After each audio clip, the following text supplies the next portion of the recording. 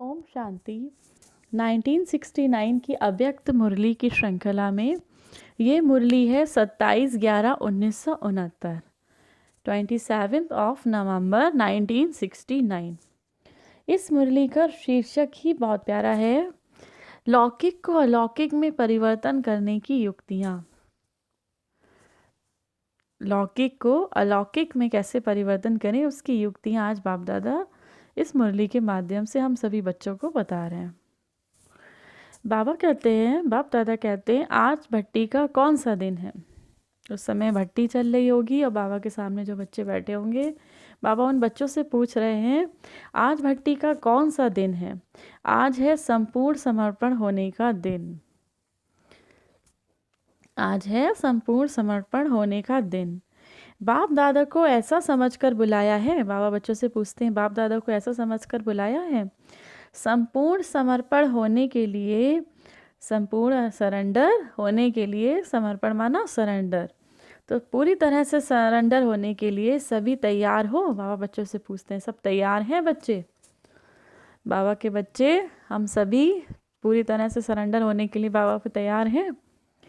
बस संपूर्ण समर्पण हो चुके हो, जो पूरी तरह से सरेंडर हो चुके हैं, समर्पण हो चुके हैं, आज उन्हीं का समारोह है। बाबा कहते हैं जो पूरी तरह से सरेंडर हो गए बाबा को, उनका समारोह है। ये सभी के सभी संपूर्ण समर्पण हुए हैं।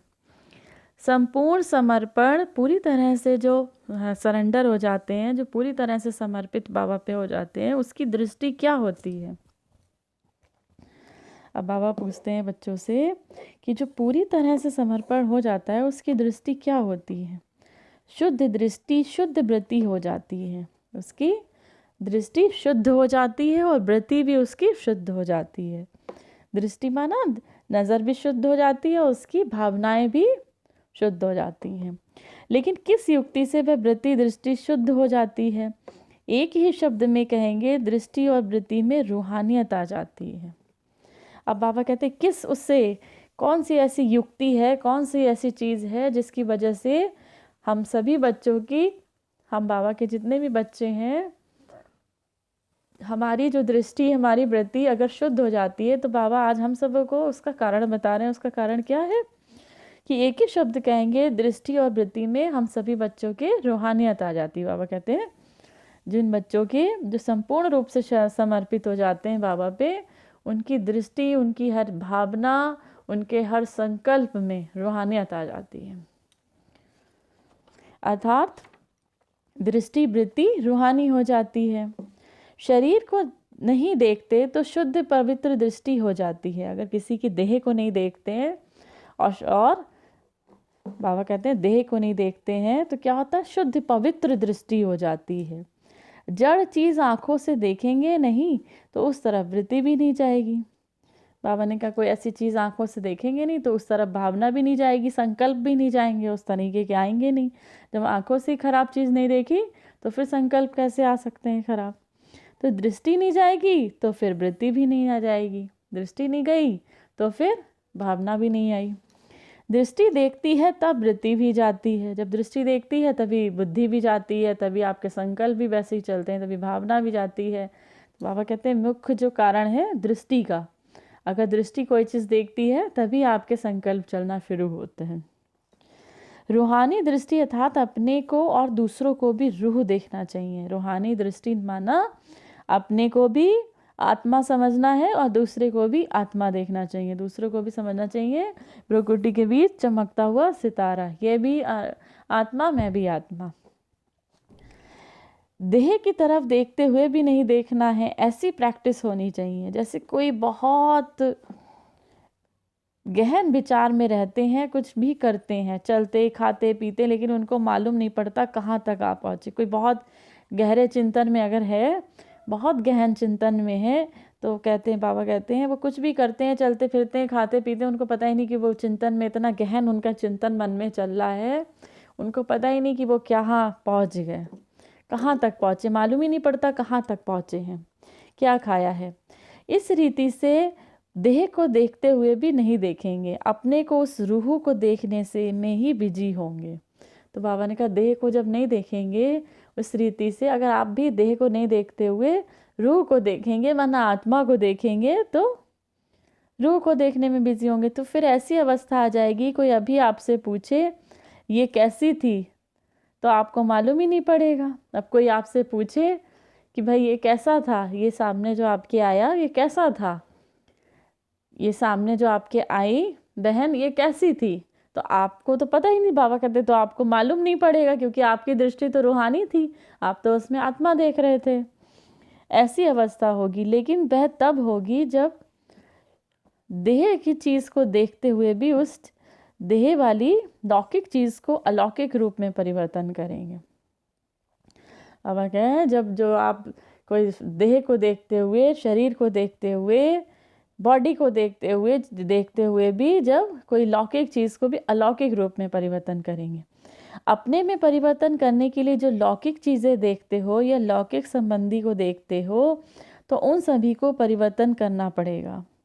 बाबा ने कहा अगर अपने को परिवर्तन करना है, अगर हम सभी अपने अंदर परिवर्तन लाते हैं, तो हमारे जितने भी लौकिक संबंधी हैं, हमारे माता पिता भाई बहन जो भी हमारे मित्र संबंधी रिश्तेदार, तो बाबा ने कहा अगर आप चाहते हो कि अपने में परिवर्तन करना है, खुद में चेंज लाना है, तो क्या करना है हमको, लौकिक चीज़ें देखते हुए या फिर लौकिक संबंधियों को देखते हैं तो उन सभी को परिवर्तन करना पड़े, माना उनको भी हमको आत्मिक रूप में देखना है, ये भी आत्माएं हैं। लौकिक में अलौकिकता की स्मृति रखेंगे, भल लौकिक संबंध हैं, भल अपने संबंध हैं, लौकिक संबंधियों को लौकिक में अलौकिकता की स्मृति रखेंगे, भल लौकिक संबंधियों को देखते हो, लेकिन ये समझो हमारी ये भी ब्रह्मा बाप के बच्चे पिछली बिरादरी हैं। जब अपने संबंधियों को देखते हो ना, अपने रिश्तेदारों को देखते हो, मित्र संबंधियों को, तो यही सोचो, मन में संकल्प लाओ कि ये भी ब्रह्मा बाप के बच्चे पिछली बिरादरी हैं, जो पहले हमसे बिछड़े हुए वही बाबा के बच्चे हमको मिले हैं सामने, ये सब पिछली बिरादरी हैं। ब्रह्मा वंश तो है ना, क्योंकि ब्रह्मा दी क्रिएटर है, तो भले वे भक्त ज्ञानी व अज्ञानी हैं, लेकिन बिरादरी में तो वह भी है ना। तो बाबा ने कहा ठीक है, वो भक्त हैं, अज्ञानी हैं, ज्ञानी हैं, वो योग में चल रहे नहीं चल रहे हैं, ज्ञान में चल रहे नहीं चल रहे हैं, भल वो अज्ञानी हैं, लेकिन बिरादरी में तो है ना, अपनी बिरादरी में तो है, बाबा के तो सभी बच्चे हैं। तो लौकिक संबंधी भी ब्रह्मावंशी हैं। आज बाबा यहाँ पे बहुत अच्छा स्पष्ट कर रहे हैं, जो आपके लौकिक संबंधी हैं वो भी ब्रह्मावंशी हैं, लेकिन वह नज़दीक संबंध के, वह दूर के हैं। बाबा ने कहा जैसे कुछ नज़दीक संबंध के हैं, उसमें से कुछ दूर के हैं। जो बाबा के अच्छी रीति ज्ञान धारण किए हुए हैं वे नज़दीक संबंध के हैं, बाकी कुछ दूर के हैं। इस रीति से कोई भी लौकिक चीज़ देखते हो, या फिर अपने ऑफिस में काम करते हो, बिजनेस करते हो, खाना खाते हो, देखते हो, बोलते हो, लेकिन एक एक लौकिक बात में अलौकिकता हो। बाबा ने कहा जब भी अपने ऑफिस में रहो, बिजनेस में रहो, खाना खाते, देखते, बोलते, सब में अलौकिकता हो, सब में रूहानियत हो। इस शरीर के कार्य के लिए चल रहे हो तो साथ साथ समझो इन शारीरिक पाँव द्वारा लौकिक कार्य तरफ जा रहा हूँ, लेकिन बुद्धि द्वारा अपने अलौकिक देश कल्याण के कार्य के लिए जा रहा हूँ। बाबा ने कहा जब शारीरिक पाँव द्वारा लौकिक कार्य की तरफ जा रहा हूँ, जब चलते हो शरीर के कार्य के लिए चलते हो, माना जब आप चल रहे हो किसी कार्य करने के लिए, कोई भी काम चाहे ऑफिस का चाहे घर का कर रहे हो, तो क्या करना है, अपनी बुद्धि से, क्या बुद्धि द्वारा आप बाबा को याद कर सकते हो। पैर ही तो चल रहे हैं, लेकिन बुद्धि तो बाबा की तरफ लग सकती है। तो बाबा ने कहा बुद्धि द्वारा अपने अलौकिक देश कल्याण के कार्य के लिए जा रहा हूँ।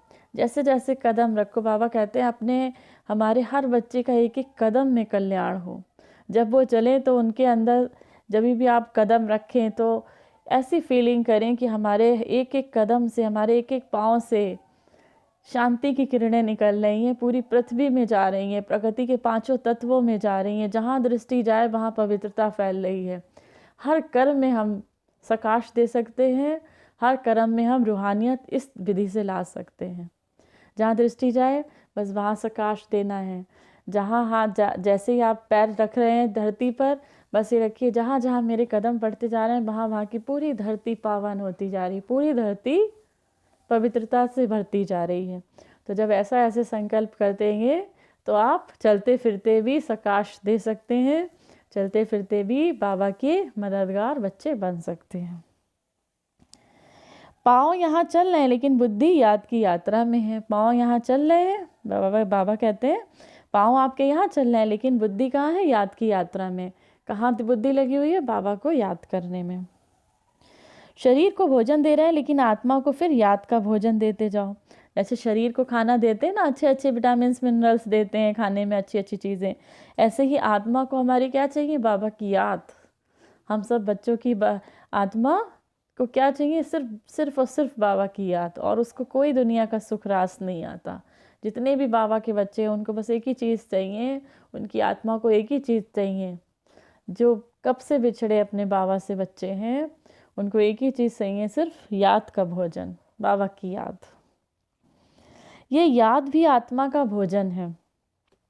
जिस समय शरीर को भोजन देते हो ऐसे ही शरीर के साथ आत्मा को भी शक्ति का याद का बल देना है। जैसे शरीर में भोजन देते हो वैसे आत्मा को भी शक्ति का याद का बल देना है। अपने को परिवर्तन लाने के लिए क्या करना पड़ेगा? हर एक चीज़ को लौकिक से अलौकिकता में परिवर्तन करना है, अपने में चेंज करना है। तो हर चीज़ को आपको रूहानियत की दृष्टि से देखना होगा, जिससे लोगों को मालूम हो ये कोई विशेष अलौकिक आत्मा है, ये कोई दिव्य आत्मा है। जिससे जब भी आप कहीं भी जाएं लोगों को पता चले ये कोई एक दिव्य आत्मा है, कोई अलौकिक आत्मा है। लौकिक में रहते हुए हम लोगों से न्यारे हैं, अपने को आत्मिक रूप में न्यारा समझना है। कर्तव्य से न्यारा होना तो सहज है, उससे दुनिया के प्यारे नहीं लगेंगे। दुनिया को प्यारे तब लगेंगे जब शरीर से न्यारी आत्मा रूप में कार्य करेंगे। तो सिर्फ दुनिया की बातों से ही न्यारा नहीं बनना है, पहले तो अपने शरीर से न्यारा बनना है। बाबा ने कहा पहले क्या करना है? अपने शरीर से न्यारा बनना है। जब शरीर से न्यारे होगे तो सबसे प्यारे होगे। जब अपने को आत्मा समझने लगोगे तो सबके प्यारे बनोगे। अपने मन के प्रिय प्रभु प्रिय लोग प्रिय भी बनेंगे। अभी लोगों को क्यों नहीं प्रिय लगते हो? बाबा कहते हैं अभी लोगों को क्यों नहीं प्रिय लगते हैं? क्योंकि अपने शरीर से न्यारे नहीं हुए हो, अपने शरीर से न्यारे नहीं हुए हो। सिर्फ देह के संबंधियों से न्यारे होने की कोशिश करते हो तो वह उलाहना देते हैं। अब क्या होता है कि जो आपके रिश्तेदार हैं, संबंधी हैं, अब उनसे न्यारा होने की कोशिश करते हैं। जब उनसे दूर होने की कोशिश करते हैं तो क्या वो लोग उलाहना देते हैं कि ये कहाँ, किस दिशा में जा रहे हैं, किसकी याद में बैठे हैं। तो वो उलाहना देते रहते हैं बाबा के बच्चों को। तो बाबा कहते हैं सिर्फ देह के संबंधियों से न्यारे होने की कोशिश करते हो, अपने देह से न्यारे नहीं होते हो, देह के संबंधियों से न्यारा होने की कोशिश करते हो। खुद को चेंज किया है, पहले देह के भान से न्यारे नहीं हुए तब तक उलाहना मिलता है। जब तक, बाबा ने कहा जब तक आप अपने देह के भान से, जब तक आप अपने शरीर के भान से न्यारे नहीं होते हो तब तक उलाहना मिलता है। जब आप आत्मिक स्थिति में आ जाते हो, इतनी पावर आपके अंदर आ जाती है, बाबा की इतनी शक्ति मिलने लगती है, तो आपके पास रहने से वो स्वतः ही चेंज होने लगते हैं, जो भी आपके रिश्तेदार हैं, संबंधी हैं। तो फिर बाबा कहते तब जब तक देह से भान से न्यारे नहीं हुए हो तब तक उलाहना मिलता है। पहले देह से न्यारे होंगे तो उलाहना नहीं मिलेंगे और ही लोग प्रिय बन जाएंगे। कोई अपने को देख बाहर की बात को देख लेते हैं और बातों को पहले चेंज कर लेते हैं, अपने को पीछे चेंज करते हैं, इसीलिए प्रभाव नहीं पड़ता। प्रभाव डालने के लिए पहले अपने को चेंज करो, अपने में परिवर्तन लाओ, अपनी दृष्टि, वृत्ति, स्मृति को, संपत्ति को, समय को परिवर्तन में लाओ, तब दुनिया को प्रिय लगेंगे। बाबा ने कहा अगर आप किसी पे प्रभाव डालना चाहते हो, किसी पे इम्प्रेशन डालना चाहते हो, किसी को अट्रैक्ट करना चाहते हो, तो क्या करना है? उसके लिए सबसे पहले अपने अंदर चेंज लाना है, अपने को परिवर्तन लाना है, अपनी दृष्टि को परिवर्तित करना है, अपने संकल्पों को परिवर्तित करना है, अपनी भावनाओं को, अपनी स्मृति को, अपने समय को, हर चीज़ को आपको चेंज करना है, तब दुनिया को प्रिय लगोगे। कैसे चेंज करना है? सब में रूहानियत लानी है। क्योंकि जब संपूर्ण समर्पण हो गए तो उसके बाद फिर क्या करना है? बोलना चलना कैसे हो वह बता रहे हैं, जैसे आपकी यादगार शास्त्रों में बताते हैं। संपूर्ण समर्पण किसने और किसको कराया, कितने में कराया? यादगार की याद आती है? बाबा ने कहा यादगार की याद आती है। अब बाबा यहाँ कहते हैं राजा जनक का मिसाल, उनको तो बच्चों ने कराया लेकिन बाप ने कराया, ऐसा भी यादगार है। बतलाते हैं ना कि बामन अर्थात छोटा, सभी से छोटा रूप किसका है? सबसे छोटा रूप किसका है? आत्मा और परमात्मा का। तो बाप ने आकर माया बली जो बहुत बलवान थी माया, उसमें 3 पैर में सभी कुछ लिया, अर्थात संपूर्ण समर्पण बनाया। बाबा ने आके क्या किया? जो माया बड़ी बलवान थी उससे 3 पैर लिए ना। इसकी कहानी आप सभी को पता होगी बामन की, कि बामन ने 3 पग धरती मांगी थी तो तीनों लोग अपने उसमें कर लिए थे। तो बाबा ने भी आए तो बाबा ने 3 पैर में सब कुछ ले लिया माया से। बाबा ने कहा माया जो बलवान है उससे 3 पैर में सब कुछ लिया, अर्थात संपूर्ण समर्पण बनाया। आप लोगों को भी संपूर्ण समर्पण करना है, अर्थात जो भी माया का बल है वह सभी कुछ त्यागना है। माया का बलि नहीं बनना है, माया पे बलि नहीं, माया का बलि नहीं बनना है बाबा ने कहा, लेकिन ईश्वरीय शक्ति में बलवान बनना है। जितना जितना ईश्वरीय शक्ति भरेगी उतना उतना बलवान बनते जाएंगे। तो जैसे वह 3 पैर दिखाते हैं, ये कौन सी 3 बातें सुनाई जाती हैं जिससे संपूर्ण समर्पण आ जाता है? बाबा ने कहा वो 3 पैर दिखाते हैं ना, 3 पग धरती मांगी थी तो तीनों लोगों के स्वामी बन गए थे वामन अवतार में। तो बाबा कहते हैं वो कौन जिससे संपूर्ण समर्पण बनते हैं, वो कौन सी 3 बातें सुनाई जाती हैं? मनसा वाचा और कर्मणा के लिए शिक्षा कौन सी है? अगर वह 3 बातें याद रखेंगे तो संपूर्ण समर्पण हो जाएंगे। अब अगर वो 3 बातें बाबा ने कहा याद रखेंगे, जैसे बामन के 3 पैर दिखाएं वैसे ही अगर आप 3 बातें याद रखेंगे तो पूरी तरह से सरेंडर हो जाएंगे। अब वह 3 बातें कौन सी हैं? पहली बात, एक तो देह सहित सभी संबंधों का त्याग। पहला तो देह सहित, अपने इस देह सहित जो आपका देह है, जो आपकी शरीर है, इससे सभी संबंधों का त्याग, देह सहित सभी संबंधों का त्याग। मामे कम याद करो, ये तो हो गया मनसा। अब बाबा मनसा वाचा कर्मणा से तीनों से बता रहे हैं कि 3 पग कैसे रखने हैं, 3 पैर कैसे रखने हैं। तो पहला तो एक तो देह सहित सभी संबंधों का त्याग, मामे कम याद करो, माना सिर्फ एक बाप को याद करो, ये तो हो गया मनसा। अब बाचा के लिए क्या शिक्षा मिलती है? बाचा के लिए हर समय जैसे मोती चुगते हैं इस रीति मुख से रत्न निकले। हर समय। अब बाचा के लिए बाबा ने कहा जो संपूर्ण समर्पण की बाबा बहुत सुंदर विधि बच्चों को बता रहे हैं, बहुत सुंदर युक्ति बता रहे हैं। मन से बताई बाबा ने, देह सहित सभी संबंधों का त्याग। दूसरा, सिर्फ एक बाप को याद करो, माँ में कम याद करो। माँ में कम माना सिर्फ एक मुझ एक को याद करो। बाबा क्यों बार बार कहते हैं सिर्फ मुझे एक को याद करो? बाबा इसलिए कहते हैं जो विकर्मों का बोझा बच्चों पे चढ़ा हुआ है, जितना जितना बाप की याद में रहेंगे, जितना जितना बाबा की याद में रहेंगे, ये धीरे धीरे उतरता रहेगा। वरना सजाएं खाएंगे बच्चे। तो बाबा को तो रहम आता है अपने बच्चों पर कि बच्चे सजाएं ना खाएं। दूसरी बात बाबा कहते हैं बाचा के लिए शिक्षा, माना जो भी मुख से जो भी आपके शब्द निकले हर समय जैसे मोती चुगते हैं इस रीति मुख से रत्न निकले। मुख से रत्न निकले, बाबा ने कहा ऐसे शब्द निकले जैसे मुख से रत्न निकल रहे हो। एक दो को पत्थर नहीं लेकिन ज्ञान रत्नों का दान देना है। एक दो को पत्थर नहीं मारने हैं मुख से, ऐसा कुछ नहीं बोलना है कि माना पत्थर के समान हाथ नहीं चलाया, पत्थर मारा नहीं, लेकिन मुख से ऐसा बोल दिया जैसे पत्थर निकल रहा। तो बाबा ने कहा उनको ज्ञान रत्न देना है, पत्थर नहीं लेकिन ज्ञान रत्नों का दान देना है। अब तीसरी चीज़ बाबा बता रहे हैं कर्मणा के लिए क्या याद रखो, जो कर्म मैं करूँगा मुझे देख के सभी करेंगे। दूसरी बात कि जो करेंगे सो पाएंगे।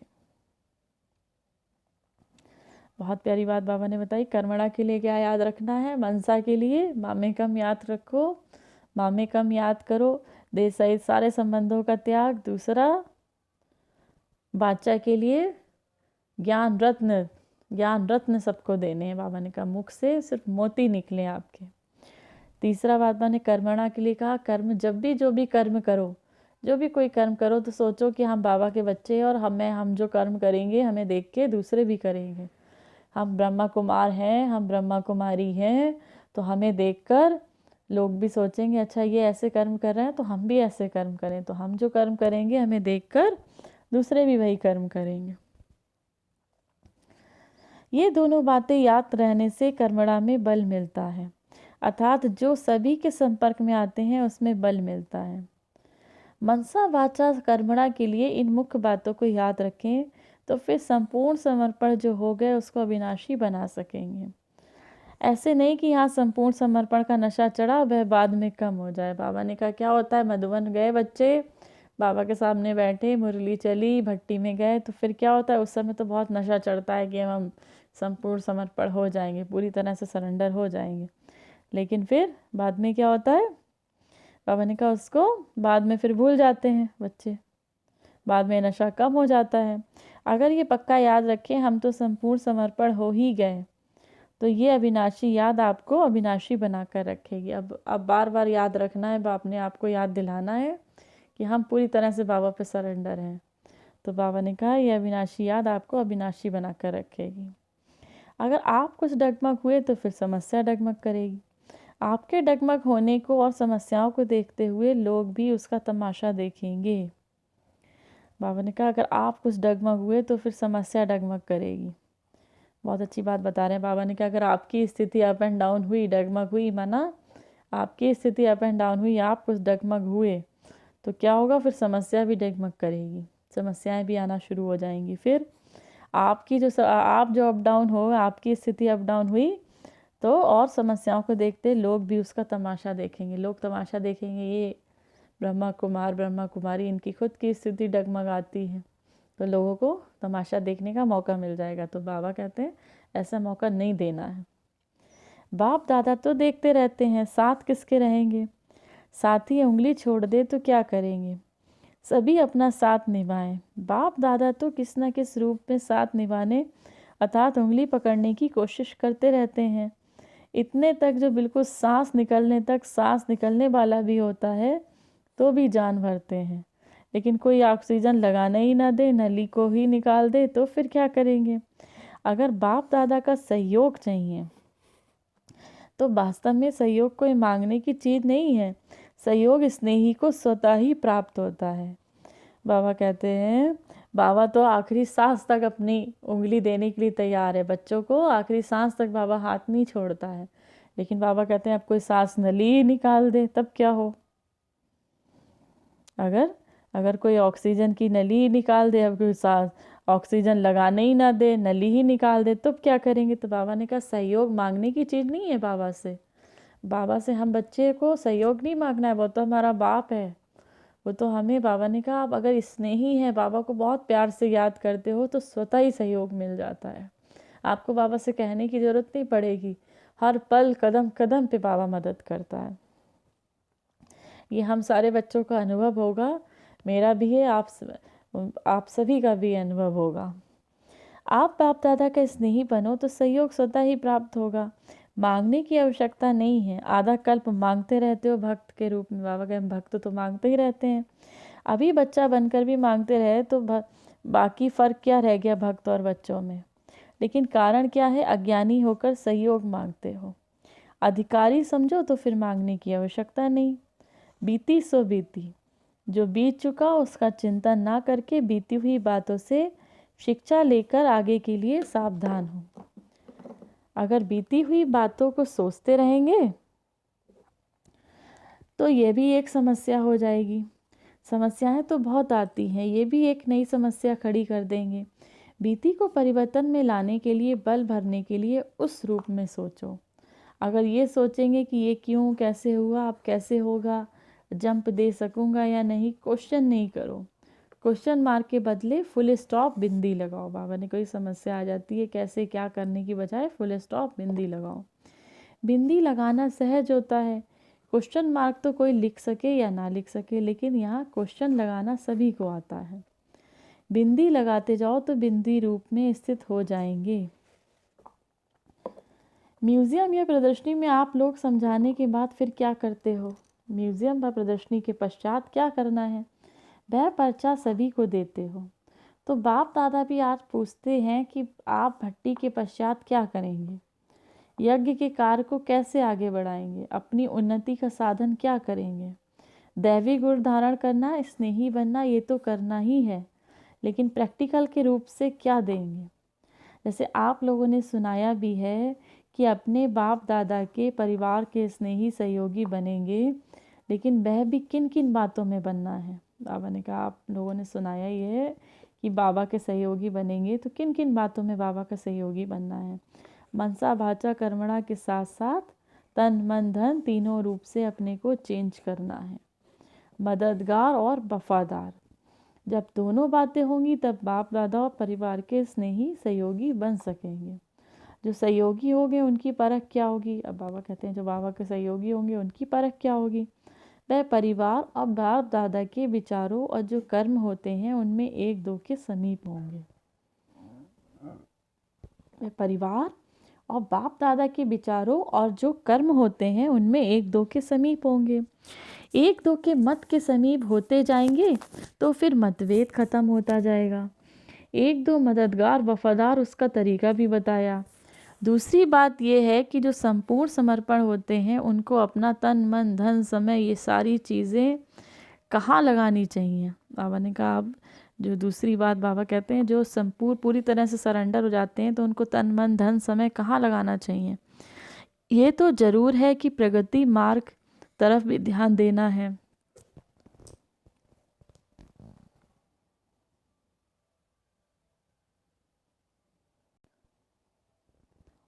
लेकिन ये जो चारों चीज़ें देते हैं, बाबा कहते हैं चारों चीज़ें देते हो, तन मन धन समय, उसके लिए अपने मन में जजमेंट ठीक है, हम यथार्थ रीति प्रयोग कर रहे हैं। संपूर्ण समर्पण आत्मा का जो सचमुच तन मन धन और समय देना चाहिए, इस प्रमाण दे रहे हैं। अपने आप को चेक करना है। बाबा कहते हैं जो तन मन धन समय पूरी जो आपने संपूर्ण रूप से बाबा पे समर्पित हो गए, तो इस प्रमाण चेक करना है कि इस प्रमाण दे रहे हैं। ये पोता मेल भी निकालो, तन मन धन और समय का प्रयोग कहाँ करते हैं। ये पोता मेल निकालो, ये चेक करो कि अपने तन मन धन समय का प्रयोग कहाँ करते हैं। ये बाबा हमको होमवर्क दे रहे हैं बच्चों को। जैसे अपने घर का पूरा हिसाब किताब रखते हो, वैसे जो संपूर्ण समर्पण हुए हैं उन्हों को ये हिसाब किताब निकालना है। उनको ये हिसाब किताब निकालना है कि तन भी कहाँ लगाया और कैसे लगाया। ये शॉर्ट में लिखना है। बाबा ने कहा तन भी कहाँ लगाया और कैसे लगाया। ये शॉर्ट में लिखना है, लेकिन स्पष्ट लिखना है, क्योंकि डिटेल भी होता है परंतु स्पष्ट नहीं होता है। इसीलिए शॉर्ट में लिखना कि आपने अपना तन लगाया तो कहाँ लगाया। जितना जितना शॉर्ट और स्पष्ट लिखेंगे उतना ही आंतरिक स्थिति भी स्पष्ट और क्लियर होगी। सच सच लिखना है। माना बाबा ने कहा सच सच लिखना है, क्लियर लिखना है कि आप अपना तन कहाँ लगाया, किस काम में लगाया।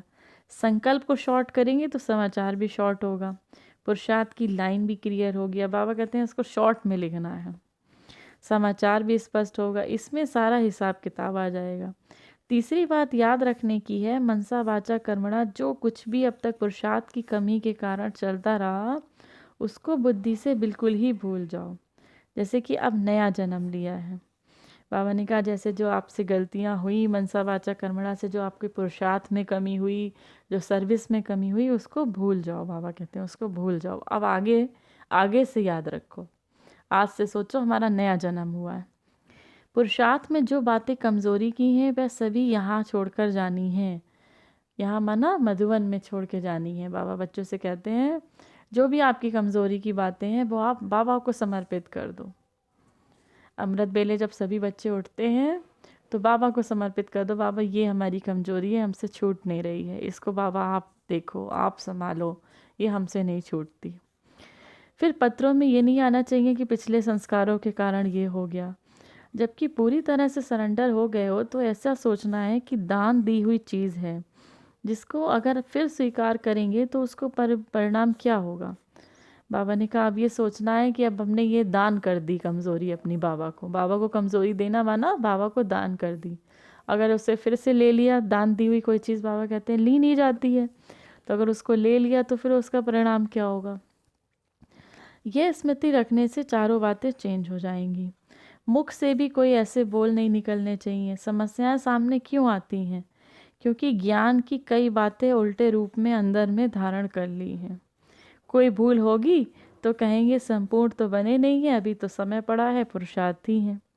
पुरुषार्थी की भूलें करने की छुट्टी नहीं है। लेकिन आजकल ऐसे समझ बैठे हैं कि पुरुषार्थी अर्थात भूलें माफ़ हैं। ये ऐसा करते हैं तो हमको भी करना पड़ता है। बाबा कहते हैं अपने मन में ये ऐसी ऐसी बातें ले आते हैं, ज्ञान को उल्टे रूप में धारण कर लेते हैं। कहते हैं अगर इसने ऐसा किया इसीलिए हमको ऐसा करना पड़ा बाबा। ये ज्ञानी के बदले अज्ञानी हो गया। याद क्या रखना है, जो करेगा सो पाएगा। मैं जो करूँगा मुझे देख और करेगी। याद क्या रखना है, एक ही शब्द, जो करेगा सो पाएगा, मैं जो करूँगा मुझे देख और करेंगे। तो ये छोटी छोटी बातें उल्टे रूप में धारण कर ली। ज्ञान का सही एडवांटेज जो लेना चाहिए उसके बदले उल्टे रूप में प्रयोग करने से पुरुषार्थ में कमज़ोरी आती है। ये पुरुषार्थहीन की बातें हैं, लेकिन समझते हैं कि यही पुरुषार्थ ही जीवन है। इसीलिए यह तो ज्ञान की पॉइंट्स अपने पुरुषार्थ की कमी को छुपाने के साधन बना रखे हैं। इन साधनों को मिटाओ तो सभी समस्याएं अपने आप खत्म हो जाएंगी। अब बाबा बच्चों से कहते हैं 4 शक्तियों को धारण करना है। तो 4 शक्तियों को धारण करना है तो एक ही ईश्वरीय शक्ति, लेकिन स्पष्ट करने के लिए कहा जाता है पहली शक्ति समेटने की शक्ति, अर्थात शॉर्ट करने की शक्ति। समेटने की शक्ति माना शॉर्ट करने की शक्ति। किसी चीज़ को, कोई बात होती है ना बहुत बड़ी, उसको छोटा करने की शक्ति। बाबा ने अभी भी कहा ना शॉर्ट में लिखना है, शॉर्ट करने की शक्ति। दूसरा समाने की शक्ति, अपने अंदर समाने की शक्ति। बहुत सारी ऐसी बातें सामने आएंगी जिसको आपके अंदर अगर समाने की शक्ति है तो फिर उन बातों से आसानी से निकल जाएंगे। सहन करने की शक्ति, ये भी बहुत बड़ी शक्ति है। सामना करने की शक्ति, कैसी भी परिस्थितियाँ उसका सामना करना, लेकिन किसका सामना करना है, बाप दादा व दैवी परिवार का नहीं, माया की शक्ति का सामना करने की शक्ति। ये 4 बातें बाबा ने बताई। पहली समेटने की, दूसरी समाने की, तीसरी सहन करने की, चौथी सामना करने की। ये चारों शक्तियाँ धारण करेंगे तो संपूर्ण समर्पण को अविनाशी कायम रख सकेंगे।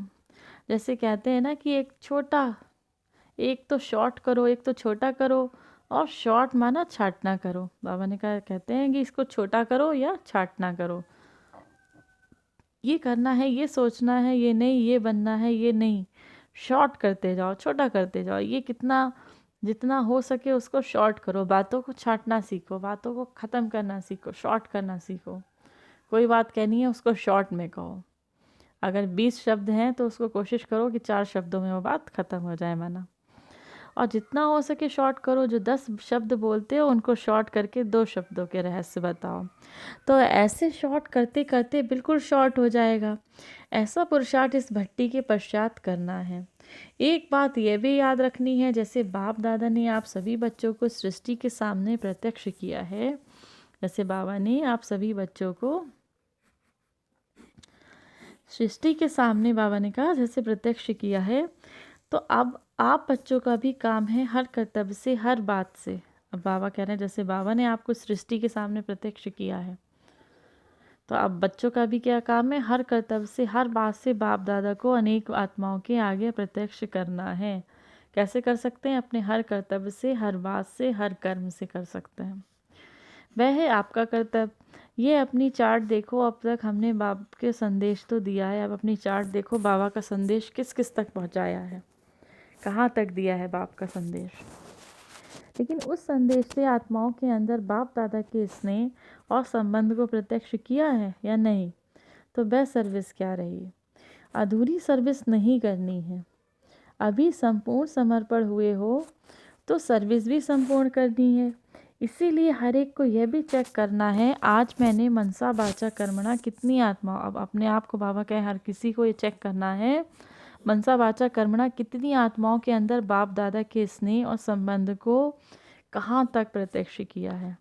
अब अपने आप से पूछना है कि मन से, मनसा से, वाचा से, कर्मणा से कितने लोगों तक बाबा का हमने ज्ञान दिया है, बाप दादा का संदेश दिया है, बाबा को प्रत्यक्ष किया है। अपने अंदर से ये पूछना है। बाबा कहते हैं सिर्फ संदेश देना सर्विस नहीं है, संदेश देना अर्थात उनको अपने संबंधी बनाना। अपना संबंधी बनाना अर्थात शिव वंशी ब्रह्मा कुमार कुमारी बनाना, ये है अपना संबंधी बनाना। अपना संबंधी बाबा कहते सिर्फ संदेश देना नहीं, उनको अपना संबंधी बना लेना, क्योंकि हम सब एक ही परिवार के बच्चे हैं। तो संबंधी बनाना माना बाबा ने उनको भी ब्रह्मा कुमार ब्रह्मा कुमारी बनाना। स्नेही बनने से संबंधी बन जाएंगे। सिर्फ संदेश देना तो चीटी मार्ग की सर्विस है, ये विहंग मार्ग की सर्विस है। दुनिया के अंदर ये आवाज़ फैलाओ कि बाप दादा अपने कर्तव्य को कैसे गुप्त वेश में कर रहे हैं, उनको इस स्नेह का संबंधों में लाओ। हैं तो सभी आपके संबंधी ना, तो संबंधियों को अपने या संबंध में याद दिलाओ। बिछड़ी आत्माओं को स्नेही बनाओ। अभी सर्विस का गुप्त रूप चल रहा है, प्रत्यक्ष रूप नहीं चल रहा है। म्यूज़ियम में आते हैं, बाहर का प्रत्यक्ष रूप और चीज़ है, लेकिन सर्विस का रूप अभी गुप्त है। सर्विस का रूप जब प्रत्यक्ष होगा तब प्रत्यक्षता होगी। सर्विस की वृद्धि कैसे पाएँ, उसके लिए नए नए प्लान्स बनाओ। जैसे सर्विस बाबा कहते हैं, सर्विस माना जो बाबा का संदेश लोगों को तक पहुंचाना है, तो उसके नए नए प्लान्स बनाओ। आवाज़ कैसे हो, बेधड़क होकर सूचना देने संदेश देने के लिए जाओ। प्रदर्शनी भी करते जाओ, लेकिन बाद में उनको जो कहते हो वह तुम भी करो। बहुत अच्छी बात बाबा ने समझाई। आप सबको सूचना देने जाओ, बेधड़क होकर सूचना दो कि बाबा का संदेश दो। प्रदर्शनी में भी जाओ, लेकिन जो उनको बताते हो वो आप भी करो। लेकिन जो उनको बताते हो वो आप भी करो। आपस में मिलकर सोचो, दुनिया को ये कैसे मालूम हो कि अभी समय क्या है, कर्तव्य क्या हो रहा है। किसी भी रीति आवाज़ पहुंच जाए, पेपर द्वारा सर्विस होनी चाहिए, वह हुई नहीं। एक संगठन रूप में एक दो को समझ सहयोगी बन बेहद की सर्विस में बेहद का रूप लाना है।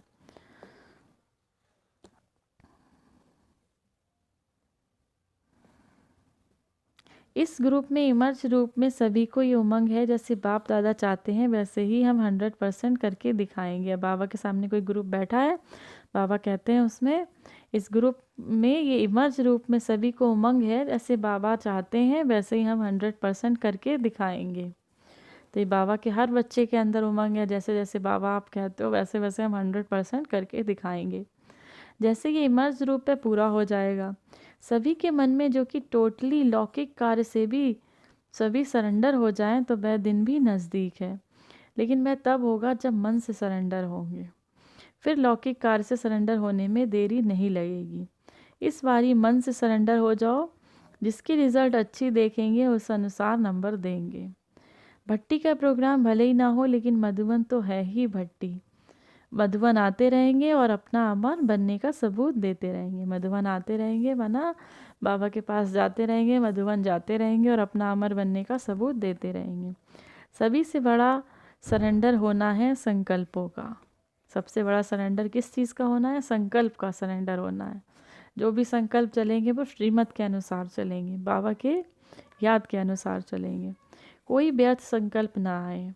इन संकल्पों के कारण ही समय और शक्ति वेस्ट होती है। तो संकल्प से भी संपूर्ण समर्पण होना है, मन की उमंगों को प्रैक्टिकल में लाना है। अच्छा, ये थी हमारे मीठे मीठे प्यारे प्यारे बाबा की बहुत प्यारी मुरली, जिसमें बाबा बच्चों को बहुत सारी युक्तियाँ बता रहे हैं कैसे संपूर्ण सरेंडर करना है, बच्चों को लौकिक से अलौकिकता में कैसे परिवर्तन करना है। एक बार फिर से बहुत प्यारे प्यारे पॉइंट्स हम लोग रिवाइज करेंगे। तो बाबा कहते हैं संपूर्ण समर्पण हुए। संपूर्ण समर्पण क्या होता है माना, उसकी दृष्टि क्या होती है? उसकी दृष्टि शुद्ध, वृत्ति भी शुद्ध, माना भावनाएं भी शुद्ध हो जाती हैं। दृष्टि वृत्ति में रूहानियत आ जाती है। अब बाबा कहते हैं वो चीज़ देखते हुए भी, जैसे किसी को देह को देखते हुए भी नहीं देखते हैं, उनकी दृष्टि रूहानियत में आ जाती है। तो अब बाबा बच्चों से कहते हैं जितने भी आपके लौकिक संबंधी हैं वो सब ब्रह्मावंशी हैं, कुछ नज़दीक के हैं कुछ दूर के हैं। तो इस रीति से ही अपने जितने भी लौकिक जो भी कार्य करते हो, ऑफिस में करते हो, बिजनेस में करते हो, खाना खाते हो, देखते हो, बोलते हो, एक एक लौकिक बात में अपने अलौकिकता लाओ, तब संपूर्ण सरेंडर माना जाएगा। शरीर के कार्य के लिए चल रहे हो, लेकिन शारीरिक पाँव द्वारा लौकिक कार्य की तरफ जा रहा है, लेकिन बुद्धि कहाँ? अलौकिक देश माना बाबा के पास रहे। जैसे शरीर को आप देते हो ना भोजन, वैसे ही आत्मा को याद का भोजन देना है। तो बाबा कहते हैं बच्चे क्या करते हैं, पहले पहले दुनिया से न्यारे होने की कोशिश करते हैं। तो दुनिया से न्यारा या देह के संबंधियों से न्यारा बनने की बजाय पहले अपने शरीर से न्यारा बनना है, फिर सबके प्यारे बन जाओगे। तो खुद को चेंज करना है, वरना अगर खुद को चेंज नहीं करेंगे तो लहना मिलती है। अपनी दृष्टि, वृत्ति, स्मृति को, संपत्ति को, समय को परिवर्तन लाओ, तब दुनिया को प्यारे लगोगे, बाबा कहते हैं। अब बाबा बतलाते हैं कि जैसे बामन का था ना, 3 पग धरती मांगी थी, तो बाबा भी अब 3 चीज़ें बताते हैं। बाबा बच्चों को बताते हैं अगर संपूर्ण समर्पण करना है, अर्थात जो माया का बल है सभी कुछ त्यागना है। जैसे 3 पैर दिखाते हैं, अब 3 बातें बाबा सुनाते हैं जिससे कि पूरी तरह से समर्पण आ जाता है, संपूर्ण समर्पण बच्चे बनते हैं।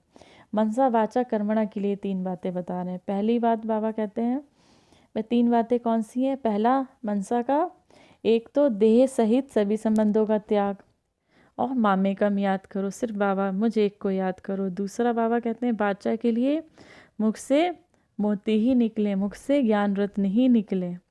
कर्मणा के लिए याद रखना है, जो कर्म मैं करूँगा मुझे देख के दूसरे करेंगे।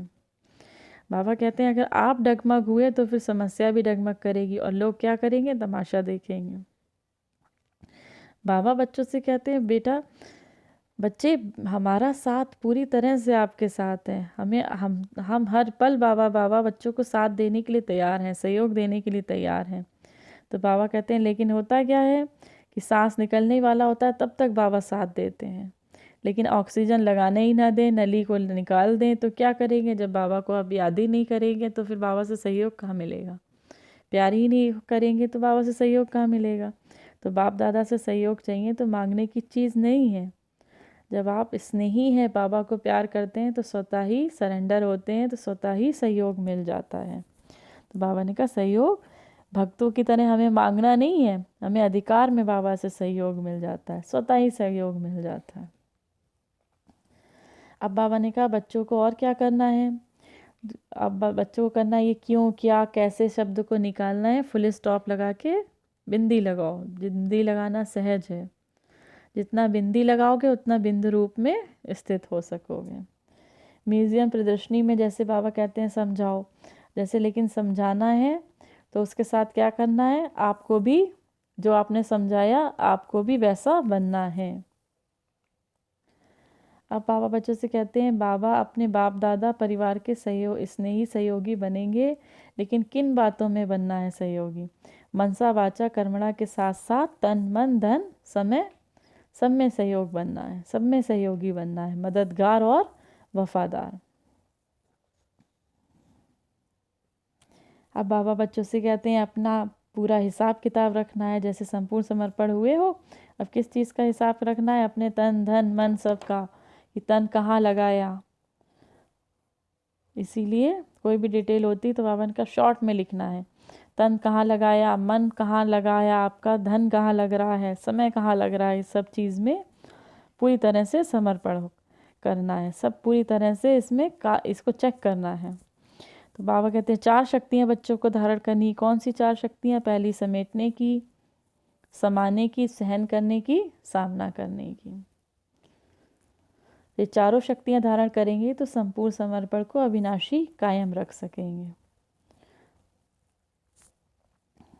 तो अपने आप को चेक करना है, मैंने मनसा वाचा कर्मणा से कितनी आत्माओं के अंदर बाबा का स्नेह संबंध को कहाँ तक प्रत्यक्ष किया। बाबा ने कहा हमने तो बच्चों को प्रत्यक्ष कर दिया पूरी सृष्टि के सामने, अब बच्चों का भी कर्तव्य है कि बाप दादा को प्रत्यक्ष करें, बाबा का ज्ञान दूर दूर तक दें, बच्चे सर्विस करें। और अब बाबा ने कहा सिर्फ संदेश देना ही नहीं है, उनको अपना संबंधी बनाना है, ब्रह्मा कुमार ब्रह्मा कुमारियाँ बनाना है,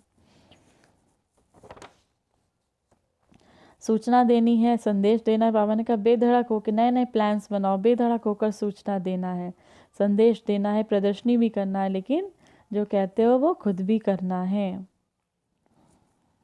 सबसे बड़ा सरेंडर होना है, सबसे बड़ा सरेंडर बाबा ने पूरा सार बताया। सबसे बड़ा सरेंडर माना संकल्प होगा। अपना एक एक संकल्प चेक करना है कि हम कौन सा संकल्प श्रीमत के अनुसार है कि नहीं है। अगर संकल्प सही हुए तो फिर तो संकल्प अगर श्रीमत के अनुसार हुए तो बाबा के स्नेही स्वतः ही बन जाएंगे। ये थी हमारे प्यारे प्यारे बाबा की 27/11/1969 की बहुत प्यारी मुरली। आप सभी बाबा के बच्चों को याद प्यार और नमस्ते। हमारे मीठे मीठे प्यारे प्यारे बाप दादा को याद प्यार और नमस्ते। ओम शांति, ओम शांति, ओम शांति।